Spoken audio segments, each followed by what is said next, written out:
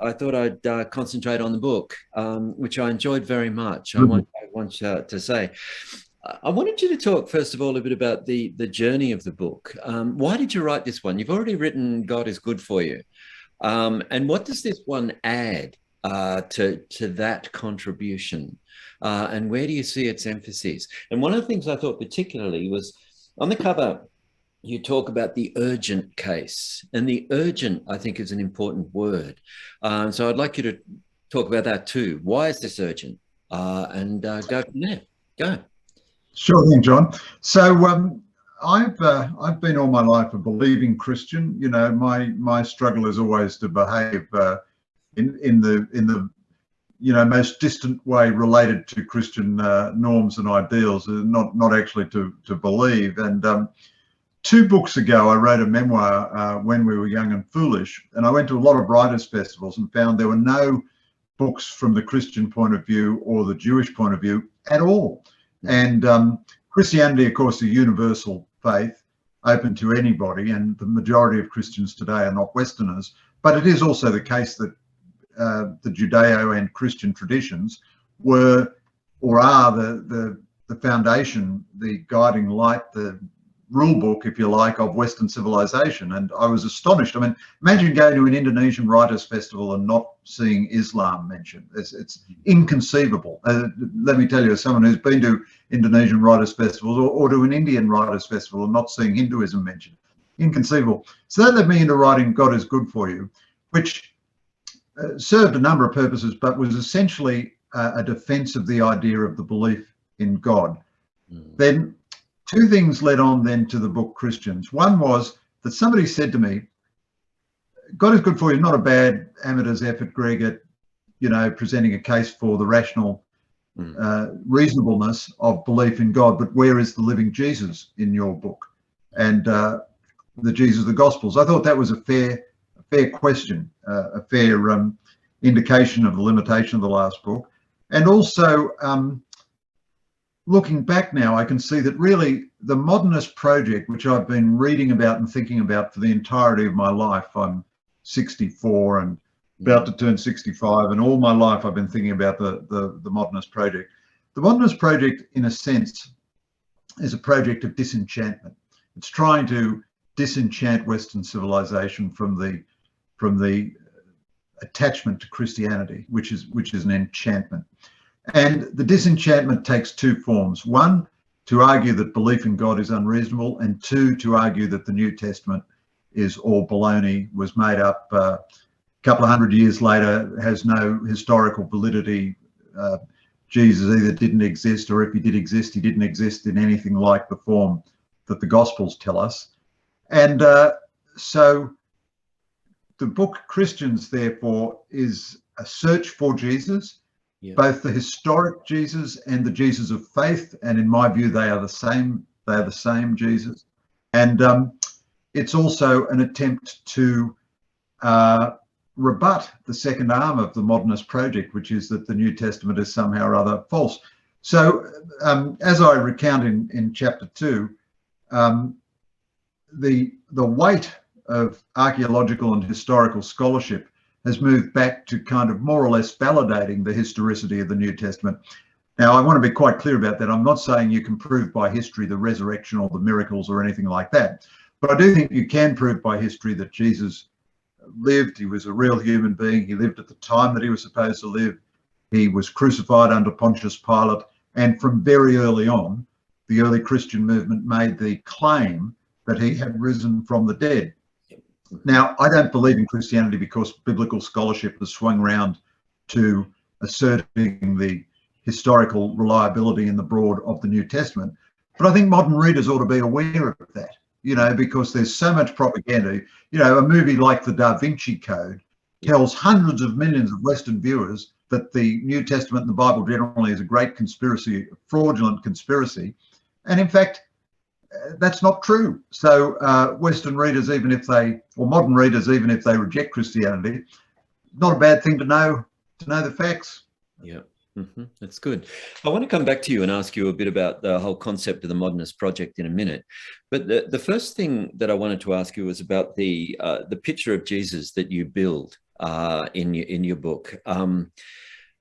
I wondered if you could talk a bit more about it. He seems a very robust, no bullshitty sort of character in the way in which you present him from the gospel narratives. Would you like to talk any more about that?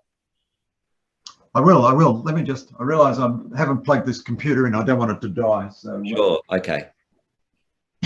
Yeah, that's done. Great. Yeah, so as I say, I've been a lifelong believing Christian. I was born into the Christian faith, so it didn't require, and at times I've kind of sort of considered whether I could think about atheism or not. I never could. I mean, I made one effort one day when I was about 19 or 20 because I was going out with an atheist girl who I liked very much and thought it'd be fun to share her worldview. And, I was a very entertaining romantic partner because we talked about the existence of God a great deal, But I hadn't previously in my adult life or ever really read the Gospels and the letters in the New Testament as a journalist. Yeah. So I wrote this book as a journalist and I read them so I come to it believing that they're true, but I read it as a journalist looking for narrative, character, sources, incident, and it is such a gripping story. I mean, everything about it, in my view, reinforces the view that it's all true. The description of the crucifixion is so extraordinarily stark and vivid and gripping and brutal and terrifying. When you read it, really. And Christians tend to read the gospel verse by verse, looking for theological meaning, which is perfectly sensible. When I go to church, I hear a verse, read out in the church, and then we contemplate what the verse means theologically and all that sort of thing. And people who don't like Christianity have their few bits and pieces that they take out and wave around and show how terrible it is. But I think it's a long time since people have had the practice of reading a book of the New Testament from start to finish.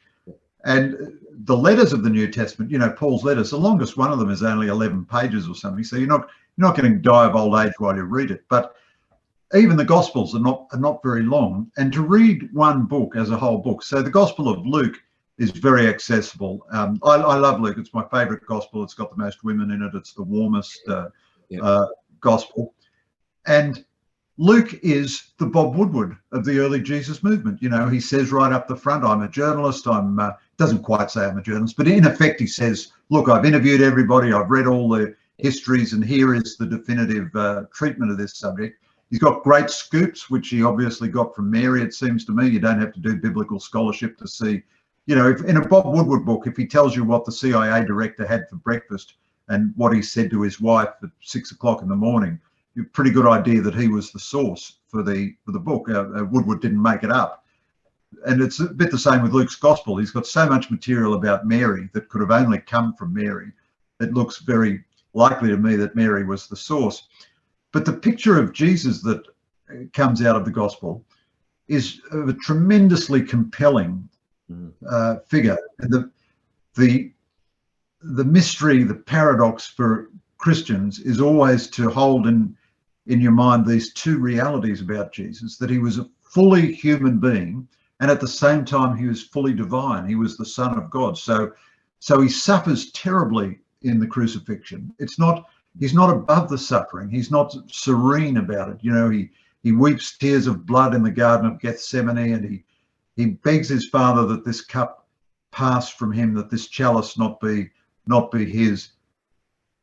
And then he embraces it with great courage, but it's immensely hard and terrible for him. And there's this terrifying moment on the cross where he's borne all this suffering, all this torture with great dignity, and then he cries out, I thirst. And this is really wrung from him.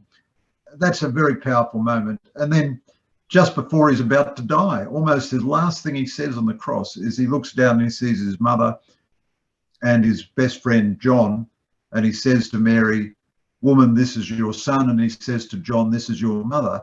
And forget the theology of it, just the human moment of it is he's concerned about the welfare of his mother. And, you know, I've, like most people my age, I've known a lot of people who've died and been in hospices with them and so on. And I'm struck at how often their primary thought is, how can they help the person they're leaving behind, their spouse? You know, I had an uncle who died in hospital, and almost the last thing he said was to one of the nurses or one of the attendants, won't you get my wife a cup of tea? I mean, that was almost the last thought in his mind. And Jesus, of course, has given us a kind of an exemplary death. The final thought about Jesus, the personality, is it does strike me that and this is something I argue in the book, the most radical claim of Christianity is not finally the resurrection, but it's the crucifixion. Any human tradition which believed in God would believe that God could conquer death.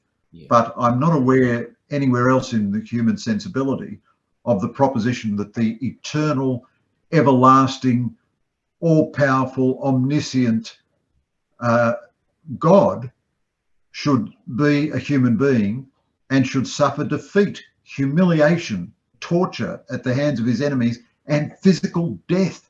And of course, Christianity has God crying out on the cross, my God, why have you abandoned me? Feeling the alienation of extreme suffering. This is a completely unique moment in human experience, tremendously compelling. And the best way to come to some terms with it is to read about it in the gospel. It's interesting, isn't it?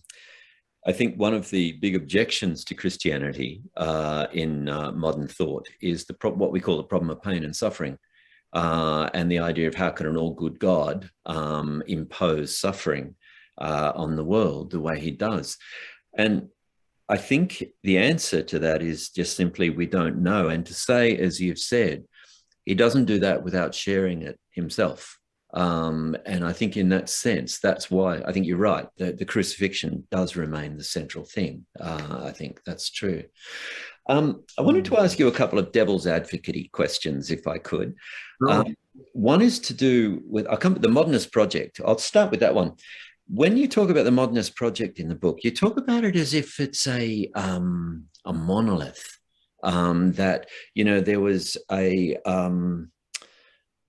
movement which was designed to actually undermine Christianity throughout modern thought.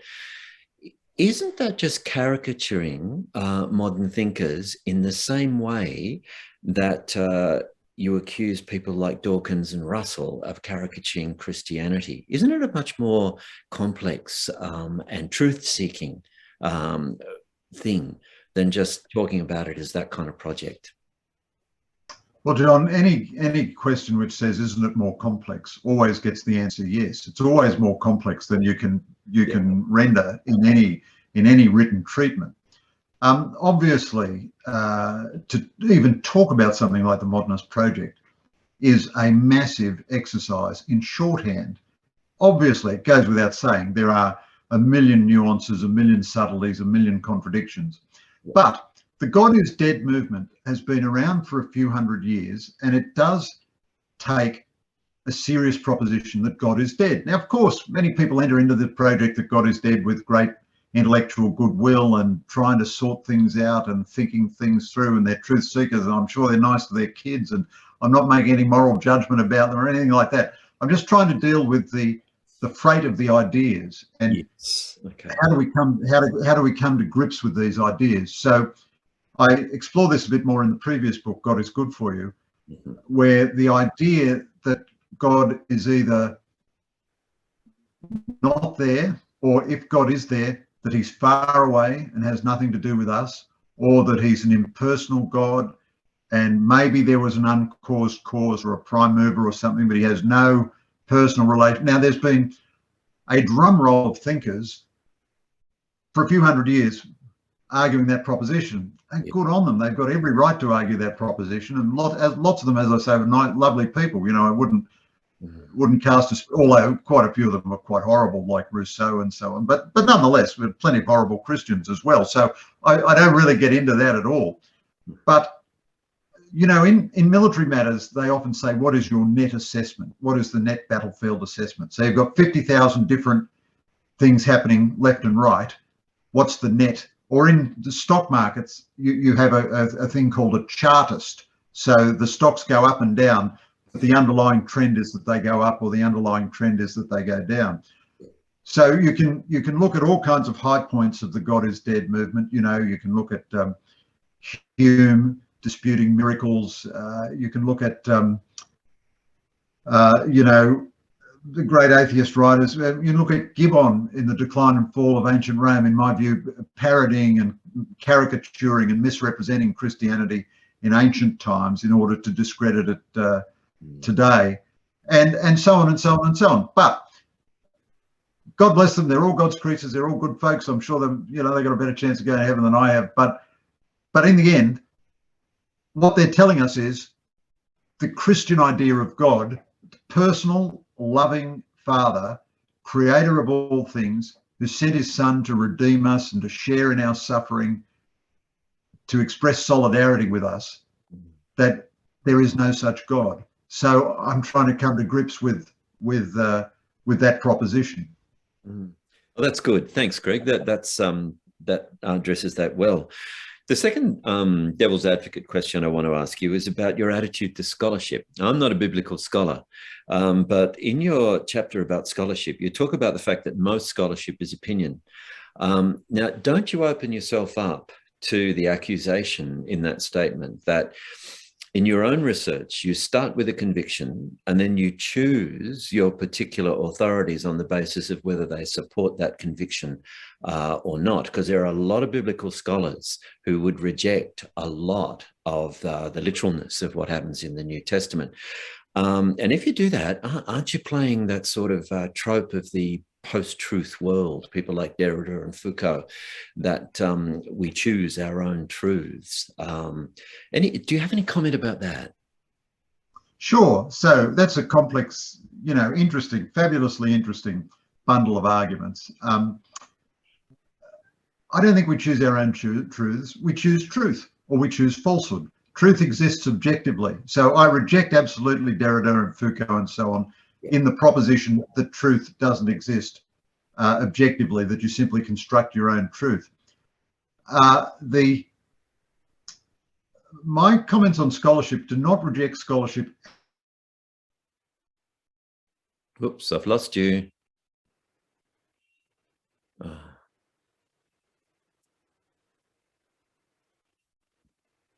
Have listed before, that in a sense is geological scholarship, and it's scholarship which you could not contradict. You'd say there is the metal. Right. Are you hearing me still or not? Yeah, I lost you there for a moment. My phone, which is in the other room, started to ring, and I think that was the problem. But that's okay. I've got you back now. Yeah. Okay. Well, I'll just restate that statement. Yeah. So my treatment of scholarship does not reject scholarship at all, but it says there are limits to scholarship, and also there are different types of scholarship. So I'm using a really outlandish example here. If you send a spaceship to Mars and it came back with a new mineral or metal that we'd never discovered before, you couldn't reject that scholarship. There it is. It's a new bit of metal. It really exists. That's slam dunk scholarship. You can't. So some biblical scholarship is like that. You discover a fragment of John's gospel that couldn't be physically later than the end of the 1st century or the beginning of the 2nd century. So that sets an outer limit on when the Gospels were written. That is absolutely irrefutable scholarship. You can't, but most biblical scholarship is really literary criticism. Yes. And that's valuable, but it's not slam dunk. And I don't think people should be intimidated by scholars. That's entirely different from saying scholarship is worthless or I don't care what the scholars say. And I give an example. Yeah. Alfred Deakin, when he was Prime Minister, was short of money because he'd lost all his money in the Great Depression. And to make money in the 1890s Great Depression, and to make money, he wrote a newspaper column for a London paper about Australian politics. And he needed more money, so he wrote another column for another London paper about Australian politics. In one column, he would criticise the Prime Minister, and that is to say himself. And in another column, he would criticise the person criticising himself, which was also himself. Now, the idea that any literary critic could seriously have worked out who was the true author of all these columns on the basis of knowing Alfred Deacon's stylistic proclivities, I think is absurd. Yet we're only 100 years away from Alfred Deacon. We're 2,000 years away from the books of the New Testament. So the idea that a critic can tell me for sure that Paul didn't write X, Y, or Z letters because stylistically they're a bit different from Paul. Well, this is valuable scholarship. It's sensible for me to listen to what the critic says, absolutely. But I'm not bound to follow that scholarship in the way that I am bound to acknowledge the new bit of metal found in Mars, or, you know, the Gospel of John discovered in a physical copy in Egypt, dating from the 1st century. And my own experience, you know, with 40, so I'm reading the Gospels very much as a journalist. Yeah. And I have the same skepticism about scholars that journalists have about contemporary scholarship. So, you know, if an economist at the Treasury tells you if we have Brexit, we're going to have an immediate terrible recession, that scholarship also turned out to be wrong. And the scholar may be no more likely to get that right than an intelligent layman. There's a wonderful book called Supreme Command by Eliot Cohen, which I don't cite in my book, but I probably should have. And it makes the theory, it makes the case that looking back empirically, the people who make the best military decisions are prime ministers and presidents, because they view the whole society and the whole battlefield, and they actually make better military decisions than generals. That might be wrong, but it's a very interesting theory. And what he's saying there is that the really competent layman in a general matter is just as likely to get things right as the scholarly specialist. Now, a number of critics have interpreted what I've written as an attack on scholarship. It's not. It's a criticism of specific scholars, and it is a call for people to understand the limitations of scholarship. Right. My own judgment, it's just my judgment, it's nothing else, just my own judgment, is that I place a lot more faith in the early church traditions, because as a journalist, I know the closer you are to the event, the more likely you are to get it right. So if Papias or Ignatius or Polycarp or Clement of Rome thinks that Peter wrote the letters attributed to Peter, I'm a little more inclined to take that as more valuable than a German biblical scholar in the 18th century who wants to rewrite the gospel to resemble his own mind. That's the other thing you find with critics. I think it might have been, was it John Barton, who is a biblical scholar that I don't agree with, but he makes the point that what we've had over the last 200 or 300 years is every generation interprets the Bible to create a Jesus in their own image. Pope Benedict argues this as well. Now, okay, that doesn't mean their scholarship is wrong, but I'm at liberty to make a different judgment, and so is everybody else. They shouldn't be intimidated by that kind of scholarship. Mm-hmm. It's a bit like depictions of Jesus in art, isn't it? That every artist in every age creates Jesus as one of them. Renaissance art is a classic example of it. Okay, thanks, Greg. Yeah. That's really good. I wanted to, we're probably running along now, so just move on to the second half of the book, which I found really fascinating, the portraits of modern Christians. The first thing is you talk about Christianity and presentations of the Christian worldview in popular culture. I just wondered if you had any thoughts about the artist, whether it be a painter, a poet, or a novelist, or a filmmaker who is a Christian. Do they have a responsibility to actually present Jesus to the public? Or is it something that is just endemic in them? Because we've got to say there's a difference between art and propaganda in that sense, and none of the works that you create could easily fall into that category. But I just wondered if you had any thoughts on that idea. Well, I don't think people have a responsibility to present Jesus. I mean, so one reason I'm writing the book is to encourage everyone who is a Christian to own their faith publicly. not to ram it down people's throats, but just to own it. We shouldn't be ashamed of being Christians. And, you know, I had a case where I was researching the first book. I'd be on spend a lot of my life on aeroplanes, and I'd have my Christian books, you know, so that the titles couldn't be seen. And then I thought, well, how pathetic and lame is that, you know? So then I'd lay them face down so that the titles could be seen.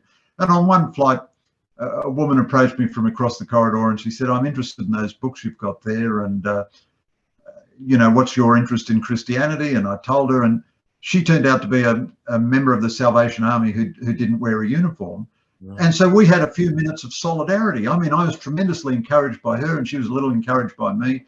And I thought, well, it's good if people own their Christianity publicly, because fellow Christians can do with the encouragement and non-Christians can do with the pointer towards the truth.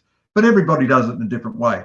I don't make any demand of a Christian artist that they have to present Jesus in their work, not at all. And some of the Christian artists that I cite, like Tolkien and Christopher Koch, the Australian novelist, they don't write explicitly, well, Koch is dead now, but neither of them wrote explicitly you know, about Christianity as such. I mean, Koch did a little bit, but only very, very inferentially. Other great novelists write very explicitly about Christianity. Graham Greene, Marilyn Robinson, Willa Cather, Evelyn Waugh. I think the artist has an overall responsibility to seek truth and beauty. I think the purpose of art is to seek truth and beauty. And I think the novelist is always concerned with the truths at the core of the human being, at the center of the human heart. And at the center of the human being is God, even if human beings aren't aware of that. So the greatest artist will find God there. And I think the problem is not, do Christian artists have an obligation to present Jesus? It's more that contemporary artists feel an obligation not to have Jesus there at all. So it's astonishing how few Christians there are in modern sitcoms and dramas and so forth. 50 or 60 years ago, it was different. All the Academy Award winning films, or not all of them, but a great number of them were explicitly pro-Christian films, you know, from How Green Was My Valley to The Sound of Music and the Von Trapps escaping the Nazis in Austria. It's a Wonderful Life is a good example too. Yeah. A Wonderful Life. And the Bishop's Wife, I have a chapter about angels. I'm very fond of angels. And the Bishop's Wife, the angel was Cary Grant. You couldn't get better publicity than that. I mean, angels have never had it so good ever since. You know, the most charming man on the planet gets to play. I mean, who would you like to play you in a film of your life? I mean, Cary Grant wouldn't be bad, you know. But now it's almost as if there's a convention that the only Christian clerics who will appear are either child abusers or adulterers or thieves or reactionary blockers of women's participation, or at the best, silly fuddy-duddies or something like that. Now, there are a few exceptions. I think maybe the culture is a little bit more open to Christianity now than it was even 10 years ago. But I think by doing that, modern art cuts itself off from a great stream of human life. It cuts itself off from a great stream of human meaning. And so it is impoverishing itself. And of course, a lot of non-Christians have written beautifully about Christianity just because they're observing people. Yep, that's right. It's interesting. One of my early mentors was Les Murray. And he was someone who just, his faith was so deeply embedded in him. It was a bit like Chris Koch. He didn't have to think about writing about it. He just did. And it's interesting that, as you say, in our culture, Christian art is often reviled, but you look at someone like Les Murray and he's universally regarded as Australia's greatest poet. And it's because, I think, of that deep spiritual strength that was unacknowledged by a lot of people, but it was there. I was just going to ask too, have you seen a series called Broken? Sean Bean is an Irish Catholic priest, or a priest. I think he's in a working class area. Have you seen that? I haven't. But let me, before, I want you to go on with your thought about the Broken, but let me tell you, Les Murray was a great friend of mine for many, many years, and huge influence on me. Wonderful poet, wonderful man. And he dedicated every volume of his poetry to the glory of God. He was a trenchant Christian. He did not hide it a bit. So he didn't always write about explicitly Christian themes, but you know, you remember that great line from one of his poems, nowadays snobs try to mind us off religion. Yeah. If I can say the word, fuck them, he says. Yeah. I wish you God. And, yeah. And the other beautiful line, the answer to that is in a different world from the question. Yeah. And so much of his poetry is suffused with religious insight.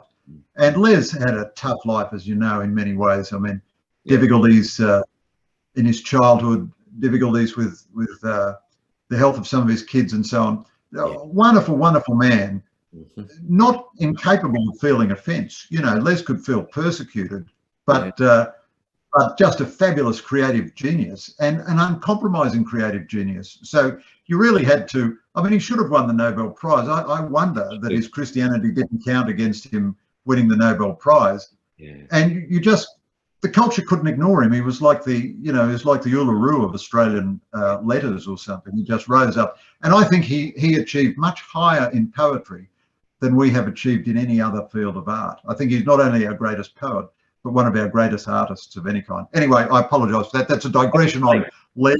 Yeah, I'm very pleased to hear it, because as I say, he was a great mentor and a great friend of mine, particularly when I was younger. And I think he is Australia's greatest artist. So we're in agreement on that for sure. Now, I just quickly wanted to say about Broken, I think you'd really enjoy it. It's a series where Sean Bean plays a very sympathetic portrait of a broken but deeply Christian priest dealing with people with all sorts of terrible things. So if you can search it out, Greg, I think you'd really like it. I will. Yeah, I will. Okay, going on to, I really enjoyed your chapter about Christians who keep giving, and the three really inspiring women that you talk about, Gemma Sissia, Frances Cottrell and Jenny George. Do you have anything more to say about them, like what sustained them? Because they're extraordinarily impressive people. Do you have anything to add to that? Well, they are hugely impressive people, and very different, very, very different from each other. Yeah. Strikingly individual, very different style. Gemma Sissia is this wonderfully down-to-earth country Australian woman, you know, with a very, very good mind, a good science degree and so on. She almost did medicine and all that, but very vernacular Australian down-to-earth quality, who's just given her life to helping poor kids in Tanzania and has founded 3 great schools there. And thousands of kids have had an education in Tanzania who never would have had otherwise. And she has the most intense, natural, some Christians would find it strange, relationship with St. Jude, the patron saint of lost causes. And she's St. Jude's best friend. She says St. Jude is a great saint because people get him confused with Judas, so he doesn't have, nobody prays to him, prays for his intervention, so he doesn't have much work to do. So he's always got time for you. And he's never let her down whenever she's in a desperate cause. So she doesn't think that St. Jude, let me defend her theologically, she doesn't think that St. Jude is a God and has powers of his own or anything. She thinks he is a saint who can pray to God on her behalf. And if you find her theology a bit heterodox, it's validated by the life she lives. This is a life lived for others, truly a life lived for others. At the end of the section with her, I say, I find that she's helped me because after an encounter with her, I feel proud to be a human being. Yeah. Frances Cottrell, young woman in her 20s, leads a movement, the Culture Project, which goes out to find the most difficult people to, you know, give the traditional Christian message to, young people who are alienated from all their traditions and living in a wasteland, really, of postmodern madness. And she tells them, you know, you are much more valuable than the culture tells you. Don't sell yourself short. You are the object of God's love and you are worthy of human dignity. People should treat you properly and you should treat other people properly.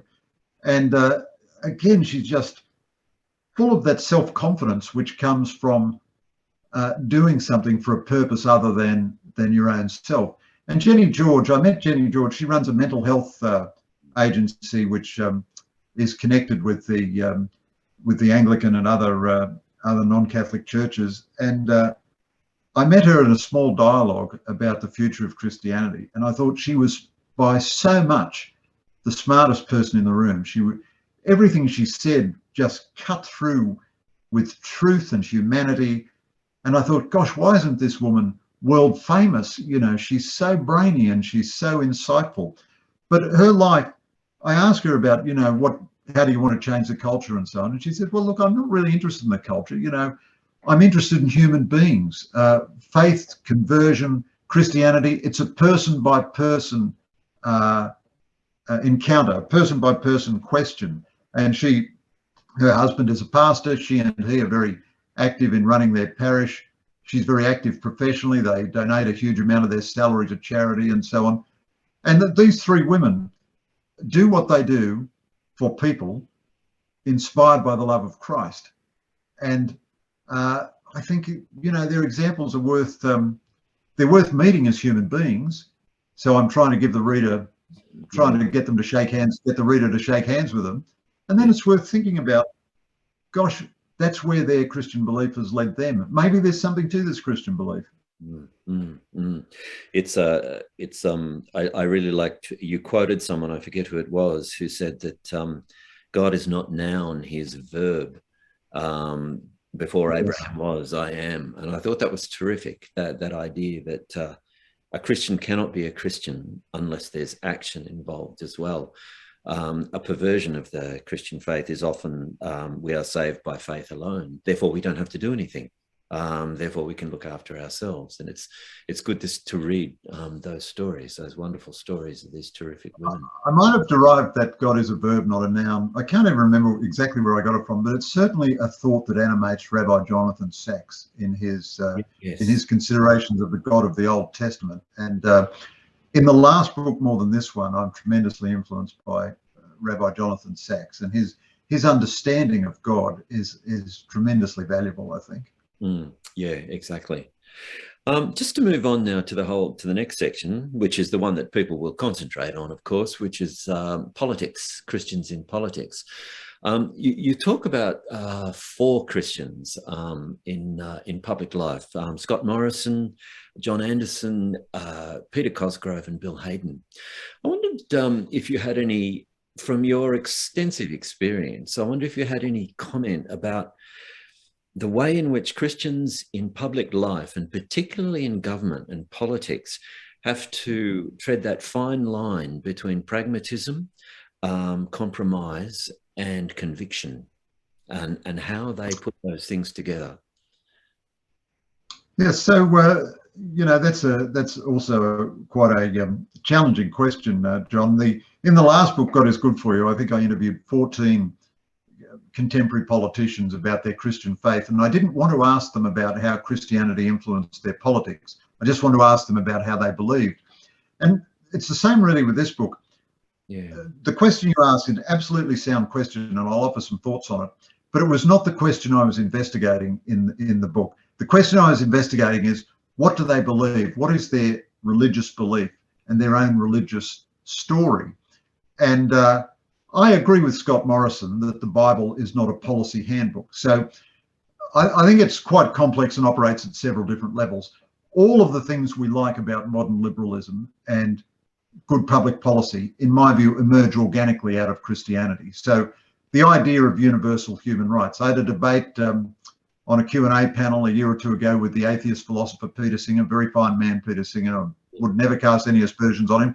Very useful philosopher because he thinks positions through to their logical conclusion. So he's a non-Christian atheist philosopher. And one of the things he argues in one of his books is that sentient mammals, chimpanzees, dogs, goats, whatever, have more utility about them than profoundly handicapped babies. So you should let profoundly handicapped babies die. Mm-hmm. And I was arguing with him about this, and he said to me, but Greg, are you really saying just because they're members of our species that we should keep them alive? And I'm saying, yes, that's exactly what I'm saying. Because they are human beings, they have unique, special dignity. Now, that idea comes from the Jewish and Christian tradition. Yeah, it's in the book of Genesis. Humanity is created in the likeness and image of God. It's all through the universalism of Christianity. It's through Paul telling us that Jesus poured out his life for him, for Paul, as he did for all human beings. Mm. So at one level, Christianity underlies all good efforts at public policy.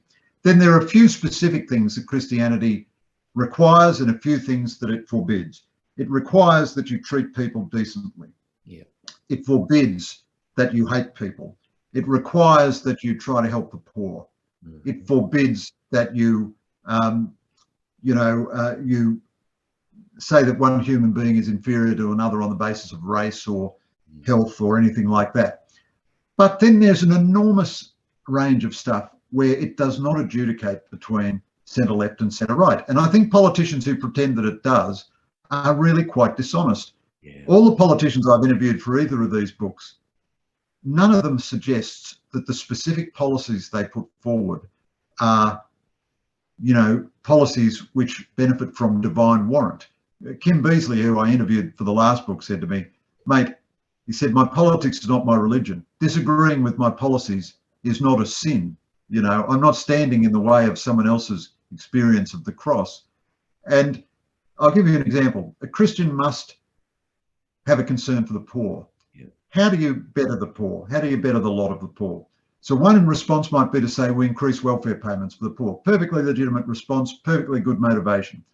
Another response might be to say, well, actually too much unconditional welfare saps the will of people and reduces their dignity. It's much better if you can get them into work. So what we need to do is deregulate the labour market, which allows many more entry-level jobs. That gives people not only the physical resources to live, but it gives them dignity, purpose, structure, meaning. That is also a perfectly legitimate response. The two responses may not be compatible. You've got limited dollars, limited policy options. So maybe you increase welfare, or maybe you, deregulate the labour market. That's a legitimate argument. No one, in my view, can possibly say that Christianity adjudicates between those two. I think it's dishonest for any politician to claim that. Mm. And I think Scott Morrison is right when he says the Bible is not a policy handbook. It doesn't tell you how to run fiscal policy or anything like that. And mostly our politicians are very good at not claiming religious authority for their policies. I wish they were a bit more public about their Christian convictions. And I think the reason they're not public is that they're a little bit intimidated, but it's mainly just that they're modest. They recognise they lead sometimes unsatisfactory lives and they don't want Christianity to be judged by their lives. I mean, that was a big inhibiting factor for me when I started writing these books. I thought the last thing you want is for anyone to judge Christianity by your own countless lapses and mistakes and all the rest of it. Yeah. I think that's so true. Do you have any thought about the old tired cliche, politics and religion don't mix? I hear it all the time. You see, Scott Morrison is a Christian, therefore he is trying to impose it on us all the time in surreptitious ways. Do you have anything to say about that? Well, I think it's a foolish old cliche, really. So Australia has a particular history, and the Australian version of secularism came about in a very religious society in which we tried to just say to each other, Catholics and Protestants shouldn't spend their whole time arguing with each other. They shouldn't have these ding-dong battles. That used to be the fault line of Australian society. My mother was Protestant, my father was Catholic. They had an orange and a green wedding. I mean, my mother converted to Catholicism, but they had 2 weddings, 2 receptions. The 2 families didn't get on originally for sectarian reasons. They ultimately all loved each other as a very, very loving extended family. But, when they were married in whatever it was, 1950, that was the reality of Australia. So we had a sort of a secular settlement to say, don't talk about the football rather than religion, because we don't want to always be arguing in public about it. That now is completely irrelevant to modern society because all the Christian denominations now are good friends. And my writing, I attempt to write from that Christian consensus that C.S. Lewis called mere Christianity, the 99% that all the denominations agree on, not the 1% that they disagree on. And the new secularism has transmogrified into something which is quite anti-Christian. And this ridiculous proposition that because you're a Christian, the only Christian in politics who gets a full tick from the contemporary culture is the social justice Christian who has no theological content, who makes no countercultural claim for theology or morality or anything, but simply embraces a sort of left of centre version of social justice.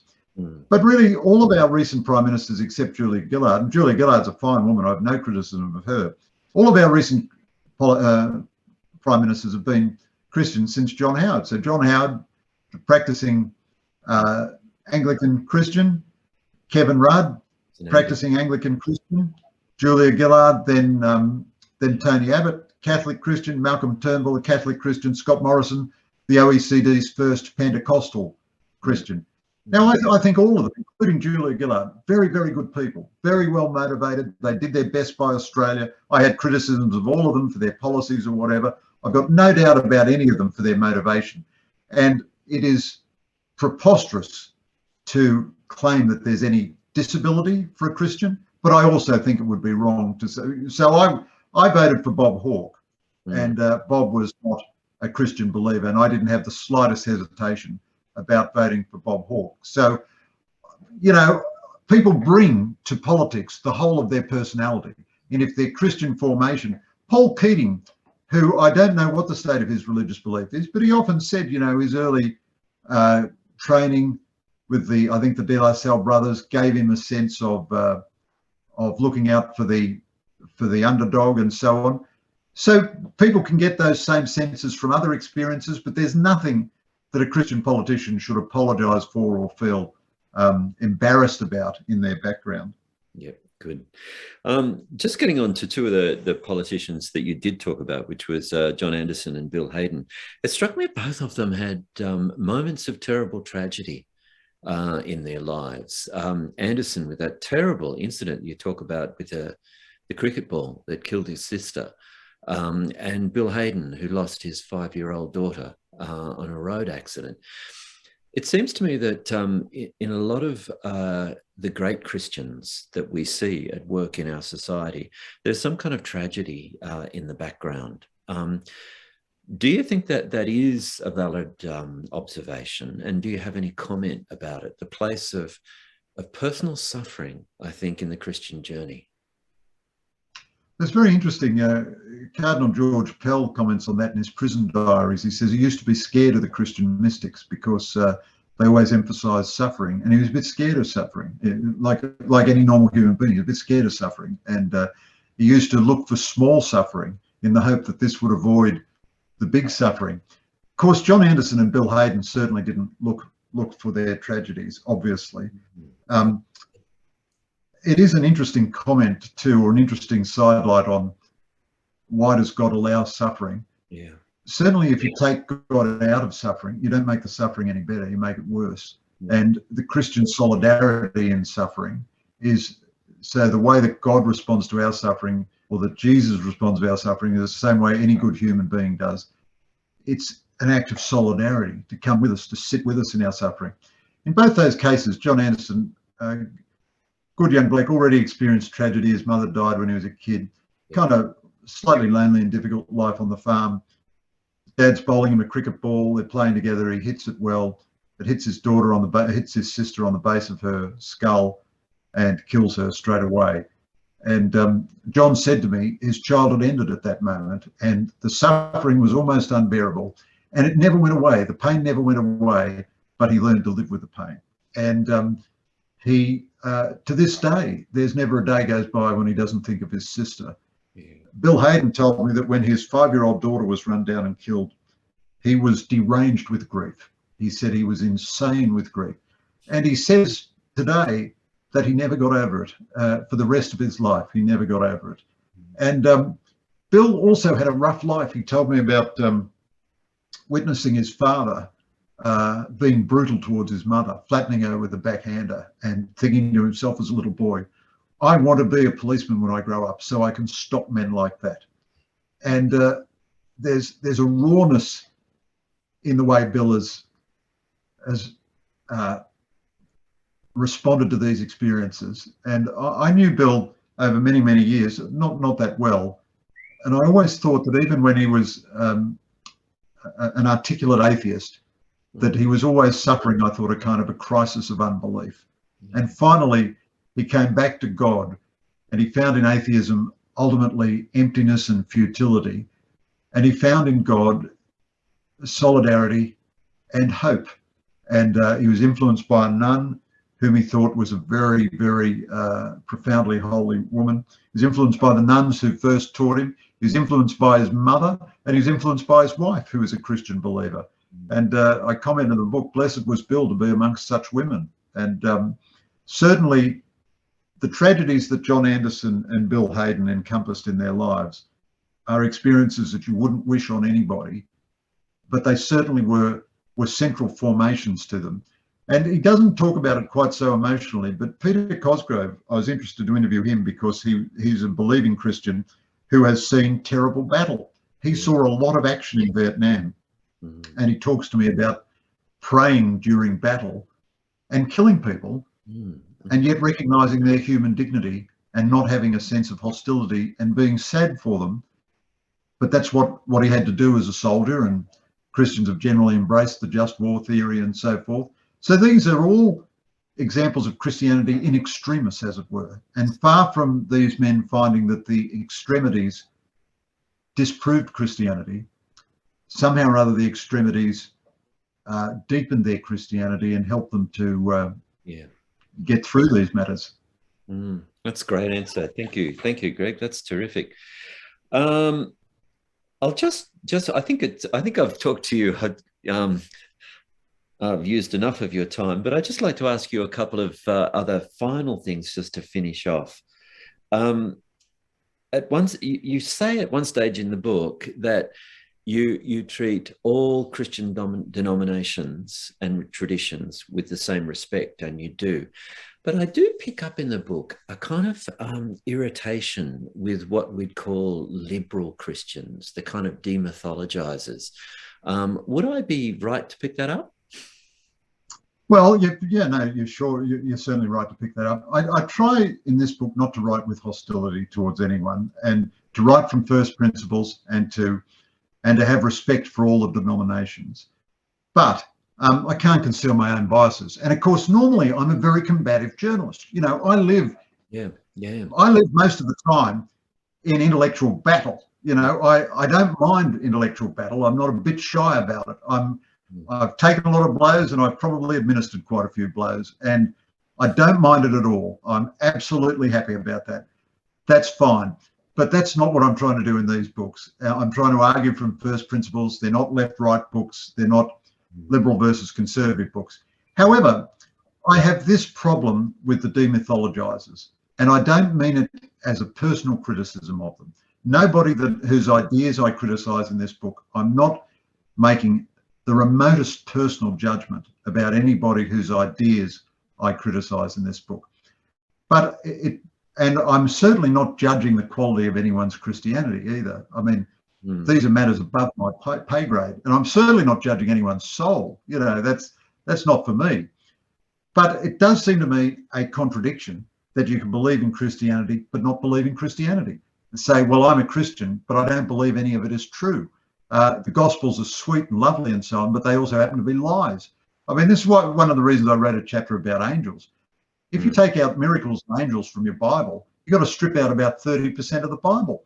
And if 30% of it is all baloney, well, I'd rather be at the races. Just forget about it. I'm not interested in it. If it's all baloney, you know, if it is a morally uplifting story, which is not actually true, well, then at the best, it's like Shakespeare. But actually, it's much worse than Shakespeare because it presents itself as being true. I mean, in John's Gospel, John says, and I, John, wrote this Gospel. Yeah. Well, if he didn't, he's telling us a lie. If he's a liar, I'm not interested in him. You know, on the cross, Jesus says to the good thief, today you will be with me in paradise. Now, either he had the authority to say that or he didn't. If he had the authority to say that, he's God, and he is absolutely compelling. If he didn't have the authority to say that, then he is either a liar or a madman, or it didn't actually happen. So now my way of seeing these things may be full of mistakes, but It just seems to me that you can't actually.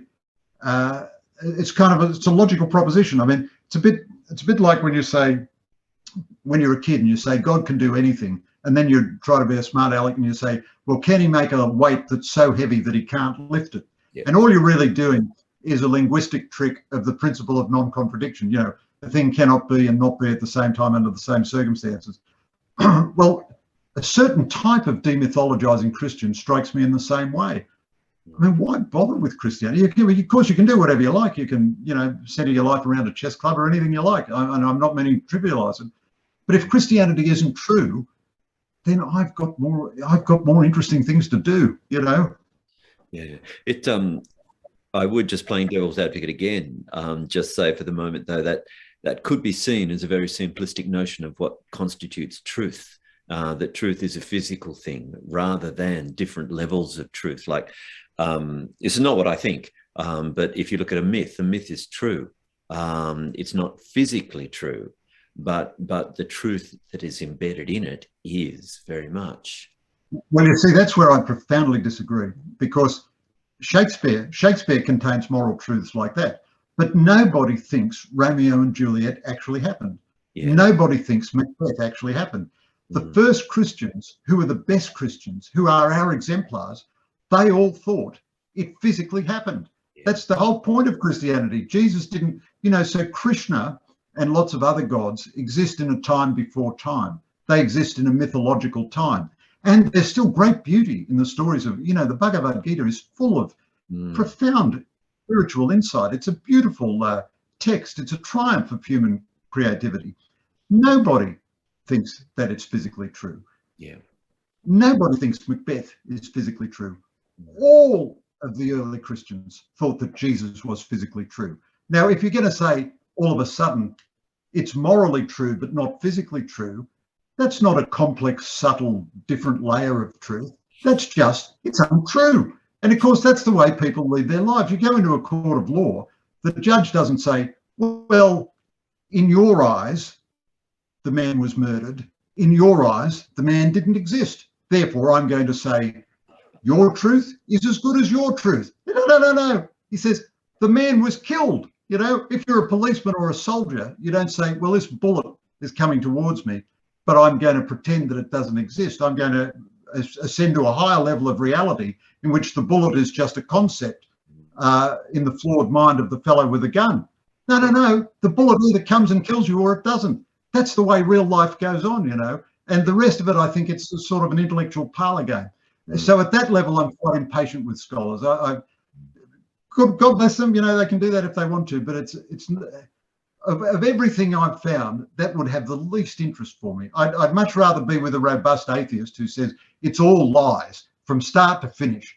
I disagree with them, but I can understand the common sense of that approach. Yeah. It's we're back to the postmodernist trope where we started, aren't we? In one way, and what Absolutely. You're suggesting is that Christians have to be careful not to participate in that. And I think that's good. Greg, I'd like to finish by asking you something that I suggested I might ask you in and you didn't want to talk about, which is you. And just if you could just finish off by, you've talked a bit about your own journey, but if you could tell us just a little about your own journey to faith. That would be a good way to finish, I think. Well, I'm glad you left that till the last, John, because it's the dullest part of the thing. So I was very fortunate to be born into the faith, and so someone who's lucky enough to have that good fortune, it should never ever give them any sense of entitlement or superiority or anything. I think it gives you a certain obligation, and which I've manifestly failed time and time again, which is to live well because you've had the truth right from the start. I would honestly say to you, I mean, there was one day when I tried to give atheism a fair go in my mind, and I just couldn't. I actually described this in the last book, and you know, I made a sort of a serious conscientious effort between Artarmon and North Sydney on the Sydney Railway line, and you know, we had 10 minutes stop at Artarmon, and by the time the train got going again, I'd kind of determined that I wasn't an atheist. By the time I got to North Sydney, I was a fat and happy Christian again. You know, it's not to say I've never had any difficulties about Christianity, but my difficulties have been in kind of trying to live out Christianity. That's very challenging. That's very, very challenging. Yeah. I've never had any great difficulty about belief. I would never extol anything in my own life as an example to anyone else, but I just tell you, as a matter of fact, I would always pray every day, and I can't imagine going through a day without praying, and I've got a lot to pray about, And, you know, watched that wonderful film, A Beautiful Day in the Neighborhood, about that American kids television Christian guy, Fred Rogers. And he said the first prayer of every Christian should just be 3 words: thank you, God. Yeah. And really, isn't it fun? You know, you wouldn't be dead for quids. Life is just a bowl of ice cream. And, you know, even when it's rough, it's still, you want to thank God for everything. And there's nothing that would make me feel that, you know, it was a terrible mistake or anything. You know, I had my own difficulties with my parents, and so just the normal sort of adolescent stuff and so on. But looking back, they're both dead now. I think, gee, they were good people. You know, they worked hard. They were faithful. To each other. They looked after us. We always didn't have the seat out of our pants. You know, there's always decent food on the table. They're always there.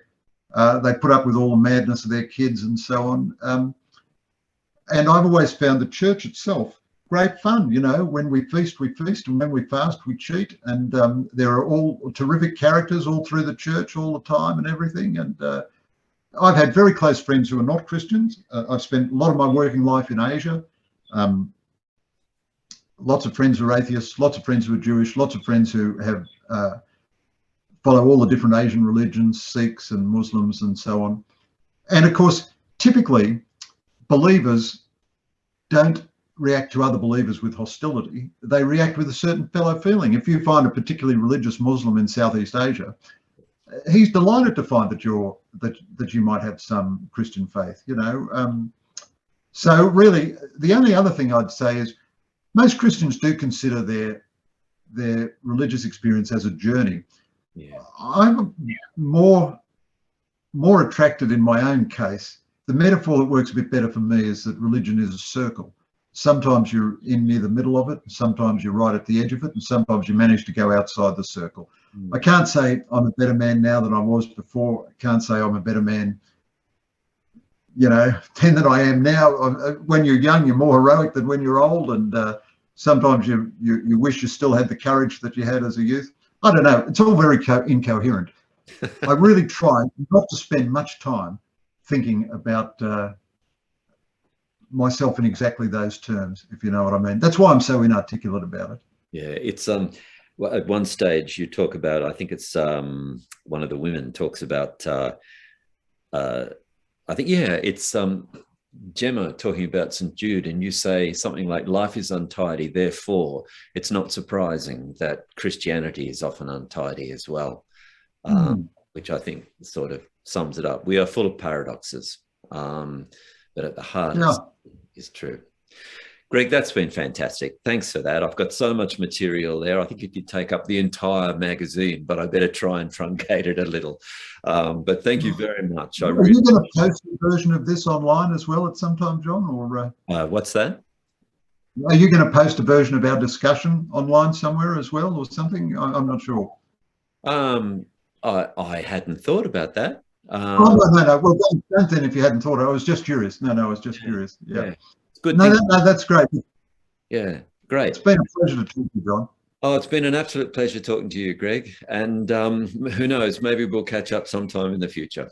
Yeah. I'd like it very much. Really, really good to make your acquaintance, and let's stay in touch. That sounds great. I'd like that too. Terrific. Okay, Greg, thank you so much. It's been great. Okay. See you later. Bye-bye.